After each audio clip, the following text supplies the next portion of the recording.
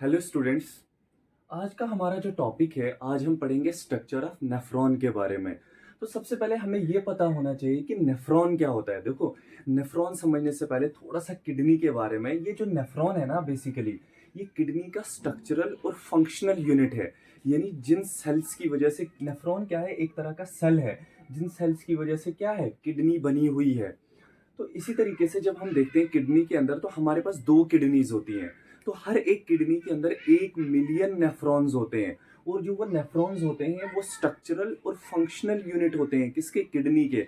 देखो, जैसे हमने पढ़ा था, जब हम नर्वस सिस्टम पढ़ते हैं तो हम वहाँ पे न्यूरॉन्स के बारे में पढ़ते हैं। हम कहते हैं कि यार जो न्यूरॉन्स है वो क्या है, वो स्ट्रक्चरल और फंक्शनल यूनिट है। उसी तरीके से किडनी के अंदर जब हम किडनी पढ़ते हैं तो किडनी के अंदर एक स्ट्रक्चर आता है जिसको कहते हैं नेफ्रॉन। तो आज हम उस नेफ्रॉन की डिटेल स्टडी करेंगे कि यार वो नेफ्रॉन होता क्या है। तो देखो, जब हम नेफ्रॉन के स्ट्रक्चर को उठाते हैं, मैंने यहाँ पे नेफ्रॉन की डायग्राम बनाई हुई है। तो हम कहते हैं, हम ये मानते हैं कि यार हमारे पास जो नेफ्रॉन होता है ना, वो दो दो पार्ट्स में हमने नेफ्रॉन को क्या कर दिया है, डिवाइड कर दिया। हमने नेफ्रॉन को दो पार्ट्स में डिवाइड किया हुआ है, दो पार्ट्स में बांटा हुआ है। तो नेफ्रॉन के एक पार्ट को हम कहते हैं ग्लोमेरुलस, और दूसरे पार्ट को हम कहते हैं रेनल टेब्यूल। यानी हमने नेफ्रॉन को दो पार्ट में डिवाइड कर दिया है। एक को कहते हैं ग्लोमेरुलस और दूसरे को कहते हैं रेनल टेब्यूल। क्या कहते हैं, रेनल टेब्यूल। सबसे पहले हम बात करेंगे ग्लोमेरुलस की। यार व्हाट इज ग्लोमेरुलस, ग्लोमेरुलस होता क्या है। तो देखो, ग्लोमेरुलस जो है ना, ये कैपिलरीज का गुच्छा है। ये क्या है, ग्लोमेरुलस जो है, it is a tough tough capillaries.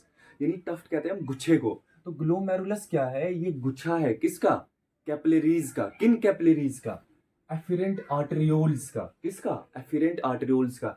यानी एफिरेंट आर्टरियोल्स का काम क्या है, ये ब्लड को लाती है कहाँ पे, इस ग्लोमेरुलस के पास। तो कोई पूछेगा व्हाट इज ग्लोमेरुलस, तो कहना ग्लोमेरुलस जो है, it is a tough tough capillaries. यानी ये कैपिलरीज का क्या है, एक गुच्छा है। उसके बाद नेक्स्ट पार्ट आता है रेनल टिब्यूल। देखो, रेनल टिब्यूल जो है ना, वो दो चीजों से स्टार्ट होता है। रेनल रेनल टिब्यूल में हमारे पास जो है, सबसे पहले आता है ये एक डबल, ये देख रहे हो आप, ये कप शेप स्ट्रक्चर है, double walled cup shape structure, जिसको हम कहते हैं बोमेन्स कैप्सूल। क्या कहते हैं, बोमेन्स कैप्सूल। यानी सबसे पहला पार्ट आ गया ग्लोमेरुलस। ग्लोमेरुलस में आता है एफिरेंट आर्टरियोल। और उसके बाद जो नेक्स्ट पार्ट आता है, जिसको कहते हैं रेनल टेब्यूल। रेनल टेब्यूल में दो चीजें आती हैं। सबसे पहले तो आता है क्या, ये कप शेप स्ट्रक्चर होता है, जिस कप शेप स्ट्रक्चर में हमारे पास क्या है, ग्लोमेरुलस, जो वो टफ्ट है ना कैपिलरीज का, वो है। तो कोई पूछेगा व्हाट इज बोमेन्स कैप्सूल, तो आप कहोगे बोमेन्स कैप्सूल एक कप शेप स्ट्रक्चर है। क्या है, बोमेन्स कैप्सूल जो है, हमारे पास एक कप शेप स्ट्रक्चर है जो इंक्लोज करता है ग्लोमेरुलस को। यानी जिसके अंदर क्या है, ग्लोमेरुलस प्रेजेंट है। तो सबसे पहला पार्ट हमने पढ़ा ग्लोमेरुलस। हमने कहा ग्लोमेरुलस जो है वो क्या है, वो एक गुच्छा है किसका, कैपिलरीज का। उसके बाद हमारे रेनल ट्यूब्यूल पे, हमने कहा रेनल ट्यूब्यूल स्टार्ट होता है कहां से, एक double shaped cup like structure से, जिसको हम कहते हैं बोमेन्स कैप्सूल।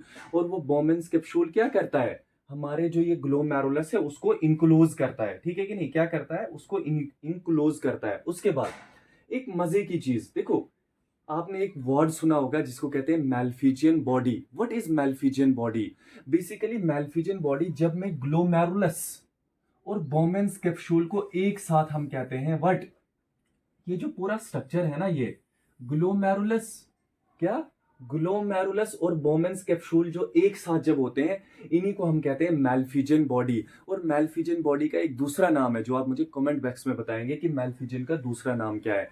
तो हमने क्या कहा, ग्लोमेरुलस प्लस बोमेन्स कैप्सूल को मिला के हम कहते हैं व्हाट, मैल्फिजियन बॉडी। अब जो ही बोमेन्स कैप्सूल खत्म हो जाता है, तो बोमेन्स कैप्सूल खत्म होने के बाद हमारे पास क्या आता है, एक highly coiled tube like structures जो है वो अराइज होता है, जिसको हम कहते हैं प्रोक्सिमल कन्वोल्यूटेड ट्यूब्यूल। जो ही बोमेन्स कैप्सूल, ये कैप्सूल खत्म हो गया, तो बोमेन्स कैप्सूल से नीचे की तरफ एक highly coiled tubule shape structures जो है वो फॉर्म होते हैं, जिसको हम कहते हैं प्रोक्सिमल कन्वोल्यूटेड ट्यूब्यूल। क्या कहते हैं, प्रोक्सिमल कन्वोल्यूटेड ट्यूब्यूल। और प्रोक्सिमल कन्वोल्यूटेड ट्यूब्यूल के बाद आप देख रहे हैं नीचे की तरफ, ये देख रहे हैं नीचे की तरफ एक ट्यूब शेप स्ट्रक्चर आता है। और उसी ट्यूब शेप स्ट्रक्चर को हम कहते हैं हेनलीज लूप। क्या कहते हैं, हेनलीज लूप। कौन सा लूप, हेनलीज लूप। और आपको ये पता होना चाहिए कि हेनलीज लूप दो पार्ट्स में डिवाइड है, दो पार्ट्स में बटा हुआ है। सबसे पहले पीसीटी के बाद जो नीचे की तरफ ये ट्यूब आ रही है, ये हेनलीज लूप कौन सा वाला हेनलीज लूप है? इसको हम कहते हैं डिसेंडिंग लूप ऑफ हेनली। क्या कहते हैं? जब आगे जाके आप फंक्शन पढ़ेंगे, आप पढ़ेंगे कि यार जो ये डिसेंडिंग लूप ऑफ हेनली जो होता है ना, ये परमिएबल होता है किसके लिए? वाटर के लिए, नॉट फॉर इलेक्ट्रोलाइट्स। तो क्या कहा, जो ही पीसीटी खत्म होगा, प्रोक्सिमल कन्वोल्यूटेड ट्यूब्यूल खत्म होगा, तो प्रोक्सिमल कन्वोल्यूटेड ट्यूब्यूल खत्म होने के बाद एक ट्यूब शेप्ड, एक हाईली नेटवर्क जो है वो एक ट्यूब शेप स्ट्रक्चर, यहाँ जिसको हम कहते हैं हेयर पिन शेप स्ट्रक्चर, सबसे बेस्ट रहेगा कि ये क्या है, ये एक हेयर पिन शेप स्ट्रक्चर है। जिस तरीके से हमारे हेयर का जो पिन होता है ना, उस तरह का एक स्ट्रक्चर है, और उसी स्ट्रक्चर को कहते हैं हेनलीज लूप। अब जो ये आप नीचे की तरफ देख रहे हैं ना, इसको कहते हैं डिसेंडिंग लूप ऑफ हेनली। इसको कहते हैं descending loop of Henley. Loop of Henley दो पार्ट्स में बटा हुआ है। जो ये नीचे वाला पार्ट है, इसको कहते हैं डिसेंडिंग लूप ऑफ हेनली। और जो ये नीचे वाला, नीचे से जो ये असेंडिंग वाला पार्ट है, और इस असेंडिंग पार्ट को कहते हैं हम असेंडिंग लूप ऑफ हेनली। नीचे की तरफ आ रहा है तो डिसेंडिंग लूप ऑफ हेनली। कौन सा Henley? Descending loop of Henley. Descending loop of Henley. और जो ये वाला पार्ट है, इसको हम कहते हैं असेंडिंग लूप ऑफ हेनली। क्या कहते हैं? Ascending loop of Henley. और जो ये असेंडिंग लूप ऑफ हेनली होता है ना, ये परमिएबल होता है इलेक्ट्रोलाइट्स के लिए, ठीक है कि नहीं? और जो ही ये असेंडिंग लूप ऑफ हेनली खत्म हो जाता है, तो फिर से एक कॉइल्ड शेप स्ट्रक्चर शुरू हो जाता है, जिसको हम कहते हैं DCT, distilled convoluted tubule. Basically जो ये ट्यूब्यूल्स होते हैं ना, इनका काम, जो मेन फंक्शन होता है वो होता है एब्जॉर्प्शन का या सिक्रीशन का। जब हम यूरिन फॉर्मेशन पढ़ते हैं तो इनका रोल होता है कहाँ पे? यूरिन फॉर्मेशन पे। एब्जॉर्प्शन करते हैं, सिक्रीशन करते हैं अलग अलग तरह के मिनरल्स को, इलेक्ट्रोलाइट्स को, ठीक है कि नहीं?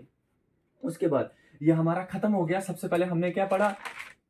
हमने ग्लोमेरुलस के बारे में पढ़ा, कहा कि ये टफ्ट है, गुच्छा है, किसका? कैपिलरीज का। उसके बाद हमने रेनल ट्यूब्यूल में पहला पार्ट पढ़ा, बोमेंस कैप्सूल। फिर हमने कुछ नेटवर्क पढ़ा ट्यूब्स का, जिसको हमने कहा प्रोक्सिमल कन्वोल्यूटेड ट्यूब्यूल। और प्रोक्सिमल कन्वोल्यूटेड ट्यूब्यूल के बाद हमने एक हेयर पिन स्ट्रक्चर के बारे में पढ़ा, जिसको कहते हैं व्हाट? हेनलीज लूप। और मैंने आपसे कहा कि ये याद है इस तरह का है, ये हेनलीज लूप एक हेयर पिन स्ट्रक्चर है, इस तरह का समझिए आप। देखिए, ये ऊपर से नीचे की तरफ है, इसको कहेंगे असेंडिंग लूप ऑफ हेनली। और ये नीचे से ऊपर की तरफ, और इसको कहेंगे, सॉरी, इसको कहेंगे डिसेंडिंग लूप ऑफ हेनली। और इसको कहेंगे असेंडिंग लूप ऑफ हेनली। ये क्या है? ये एक हेयर पिन शेप स्ट्रक्चर है। उसके बाद नेक्स्ट जब आप आए, हमने पढ़ा डीसीटी। मैंने आपको कहा फिर से, जो ही असेंडिंग लूप ऑफ हेनली खत्म हो जाता है, तो एक फिर से एक नेटवर्क आता है, किसका? ट्यूब्यूल्स का, जिसको हम कहते हैं डीसीटी।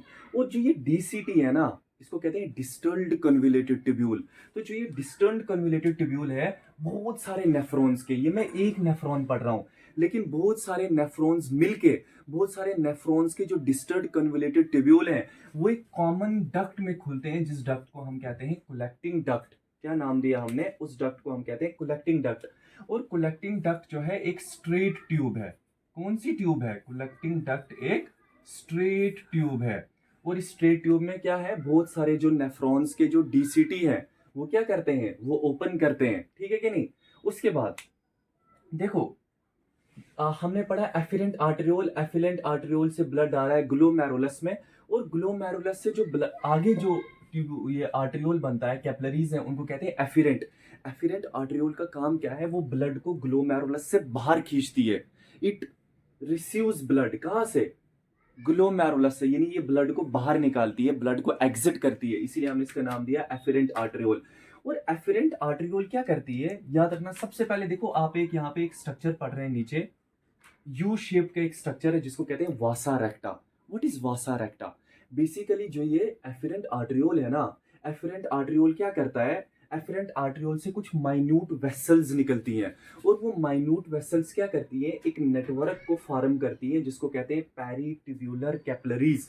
ये जो कैपिलरीज होती है ना, देखो, एफिरेंट आर्टेरियोल से कुछ कैपिलरीज निकलती हैं, और इन कैपिलरीज को कहते हैं पेरिट्यूब्यूलर कैपिलरीज। कौन सी कैपिलरी? पेरिट्यूब्यूलर कैपिलरी। और जो उन कैपिलरीज का जो नेटवर्क होता है ना, उसी नेटवर्क को हम कहते हैं व्हाट? उसी नेटवर्क को हम कहते हैं वासा रेक्टा। तो आपको कोई पूछेगा व्हाट इज वासा रेक्टा, तो कहना वासा रेक्टा जो है ये एक नेटवर्क है, किसका? इन पेरिट्यूब्यूलर कैपिलरीज का, ठीक है कि नहीं? वासा रेक्टा क्या है? ये एक नेटवर्क है, किसका? पेरिट्यूब्यूलर कैपिलरीज का। तो मैं यहाँ पे लिख लेता हूं, what is vasa रेक्टा? It is a network ये एक नेटवर्क है किसका? पैरीट्यूब्यूलर कैपिलरीज का। ये क्या है? ये एक नेटवर्क है किसका? पैरीट्यूब्यूलर कैपिलरीज का। नेटवर्क है किसका? पैरीट्यूब्यूलर कैपिलरीज का। और कोई पूछेगा व्हाट इज पैरीट्यूब्यूलर कैपिलरी, कहना सर पैरीट्यूब्यूलर ये जो पैरीट्यूब्यूलर कैपिलरीज है ये क्या है? ये बेसिकली माइन्यूट वेसल्स होती हैं। ये वेसल्स होती हैं जो कहां से ओरिजिनेट करती हैं? एफिरेंट आर्टरियोल से ओरिजिनेट करती हैं, ठीक है कि नहीं? उसके बाद देखो बेसिकली वासा रेक्टा जो है ना, होता क्या है कि जब ये पीसीटी जो है एफिरेंट आर्टरियोल से हमारी जो क्या आती है, ये पैरीटिबुलर कैपिलरीज आती हैं, तो ये पैरीटिबुलर कैपिलरीज बिल्कुल हैंडलीज लूप के पैरेलल में चलती हैं और पैरेलल के चलने के बाद एक यू शेप्ड स्ट्रक्चर बनाती हैं। और जहां पे ये पैरीटिबुलर कैपिलरीज क्या करेंगी? इस यू शेप्ड स्ट्रक्चर को बनाएंगे ना, तो उसी को हम कहते हैं व्हाट? वासा रेक्टा। क्या कहते हैं? वासा रेक्टा। वासा रेक्टा क्या है कि एफिरेंट आर्टरियोल से पैरीटिबुलर कैपिलरीज आ रही है जो बिल्कुल पैरेलली रन कर रही है किससे? हैंडलीज लूप से। और एक टाइम ऐसा आएगा जब ये यू शेप्ड स्ट्रक्चर फॉर्म करेंगी। कौन? ये हमारी जब peritubular capillaries U shaped structure form करेंगी तो इसी यू शेप्ड स्ट्रक्चर को हम कहेंगे वासा रेक्टा। तो वासा रेक्टा को हम क्या कह सकते हैं कि यार ये यू शेप्ड, ये क्या है? ये यू शेप्ड जो है हमारे पास क्या है? देखो एफरेंट आर्टरियोल से आ रही है, तो जहां पे पैरीटिब्यूलर कैपिलरी यू शेप बनाएगी, यू शेप पैरीटिब्यूलर कैपिलरी हम कह सकते हैं, पैरीटिब्यूलर कैपिलरीज, तो इसी को हम कहते हैं वासा रेक्टा। और वासा रेक्टा के बाद मैंने आपको बताया कलेक्टिंग डक्ट। ये मेन था किसके बारे में? नेफ्रॉन के स्ट्रक्चर के बारे में। ग्लोमेरुलस पढ़ा, फिर हैंलीज लूप के बारे में बताया, असेंडिंग लूप ऑफ हेनली क्या होता है, डिसेंडिंग लूप ऑफ हेनली क्या होता है, ग्लोबोमेंस कैप्सूल क्या होता है, मैल्फिजन बॉडी किसको कहती है। लेकिन याद रखना, आपने जब किडनी का स्ट्रक्चर पढ़ा होगा, जब भी कभी आपने क्या पढ़ा होगा? किडनी का स्ट्रक्चर पढ़ा होगा, तो हमने जब भी किडनी का स्ट्रक्चर पढ़ा है तो हमने कहा यार किडनी का स्ट्रक्चर कुछ इस तरीके से होता है। देखिए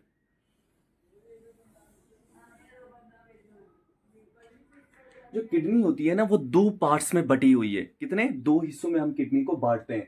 एक को हम कहते हैं कॉर्टेक्स और एक को हम कहते हैं मेड्यूला। मैं यहाँ पे किडनी का स्ट्रक्चर नहीं बता रहा हूं, बल्कि मुझे टाइप्स ऑफ नेफ्रॉन समझाना है, जिसके लिए मुझे थोड़ा सा आइडिया देना पड़ेगा। एक को कहते हैं क्या? कॉर्टेक्स, और एक को कहते हैं मेड्यूला। और यहाँ पे ये जो नोच होता है इसको कहते हैं हाइलम, जहां से बहुत सारी एफिरेंट आर्टरियोल्स अंदर जाती हैं, बाहर आती हैं, ठीक है कि नहीं? तो देखो जो किडनी होती है ना, मान लीजिए ये किडनी है और किडनी का ये वाला पार्ट जो है दैट इज कॉर्टेक्स, और ये वाला पार्ट जो है ये है मेड्यूला।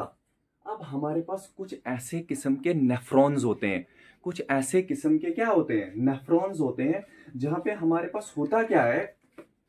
ऐसे किस्म के नेफ्रॉन्स जहां पे हमारे पास क्या है? जो लूप ऑफ हेनली है, जो आप ये देख रहे हैं हेनलीज लूप, ये जो मैंने यहाँ पे बताया हेनलीज लूप, ये बहुत शॉर्ट होता है, बहुत छोटा होता है। यानी मान लीजिए ये कॉर्टेक्स में मेरे पास ये है, ये बोमेंस कैप्सूल है, और यहाँ से ये हेनलीज लूप आ रहा है, ये बहुत छोटा होता है और थोड़ा बहुत जो है मेड्यूला में चला जाता है। और इस तरह के नेफ्रॉन्स को हम कहते हैं व्हाट? Cortical nephron. पहला नेफ्रॉन कौन सा नेफ्रॉन है? Cortical nephron. कौन सा नेफ्रॉन? Cortical nephron. कोई पूछेगा व्हाट इज कॉर्टिकल नेफ्रॉन, तो कहना यार कॉर्टिकल नेफ्रॉन एक ऐसा किस्म का नेफ्रॉन होता है जिसके पास शॉर्ट हेनलीज लूप होता है। शॉर्ट हेनलीज लूप, यानी जो कॉर्टिकल नेफ्रॉन होता है उसके पास जो ये लूप ऑफ हेनली है ये बहुत शॉर्ट होता है, वो कॉर्टेक्स में ही रहता है, यानी मेड्यूला में नहीं जाता है। अगर मेड्यूला में जाएगा भी तो बहुत छोटा सा पार्ट कहाँ पे चला जाएगा? मेड्यूला में चला जाएगा। लेकिन दूसरा होता है नेफ्रॉन, जहां पे जो ये हेनलीज लूप है ये पूरा का पूरा धस जाता है। किसमें? मेड्यूला में। क्या कर जाता है? पूरा का पूरा मेड्यूला में क्या कर जाता है? धस जाता है, घुस जाता है। और इस तरह के नेफ्रॉन को हम कहते हैं juxta medullary nephron. Juxta medullary nephron. तो कोई पूछेगा what is juxta medullary nephron, कहना जक्स्टा मेडुलरी नेफ्रॉन ऐसा किस्म का नेफ्रॉन होता है जहां पे जो हेनलीज लूप होता है वो क्या चला जाता है? वो एंटर कर जाता है किसमें? मेड्यूला में। किसमें? मेड्यूला में। और याद रखना एक और चीज, जो कॉर्टिकल नेफ्रॉन होता है ना उसमें जो वासा रेक्टा होता है, क्या होता है? वासा रेक्टा, वो एब्सेंट होता है, या तो एब्सेंट होगा या तो बहुत शॉर्ट होगा। तो मैंने क्या कहा? नेफ्रॉन दो तरह के, एक कॉर्टिकल और एक जक्स्टा मेडुलरी। कॉर्टिकल नेफ्रॉन में जो हैनलीज लूप है वो बहुत छोटा है और थोड़ा बहुत घुसा हुआ है किसमें, मेड्यूला में। लेकिन जक्स्ट्रा मेडुलरी नेफ्रॉन में जो हैनलीज लूप है वो बहुत लॉन्ग है और धसा हुआ है किसमें, मेड्यूला में। और ये सारा का सारा था बेसिक किसके बारे में, नेफ्रॉन के बारे में। Thank you.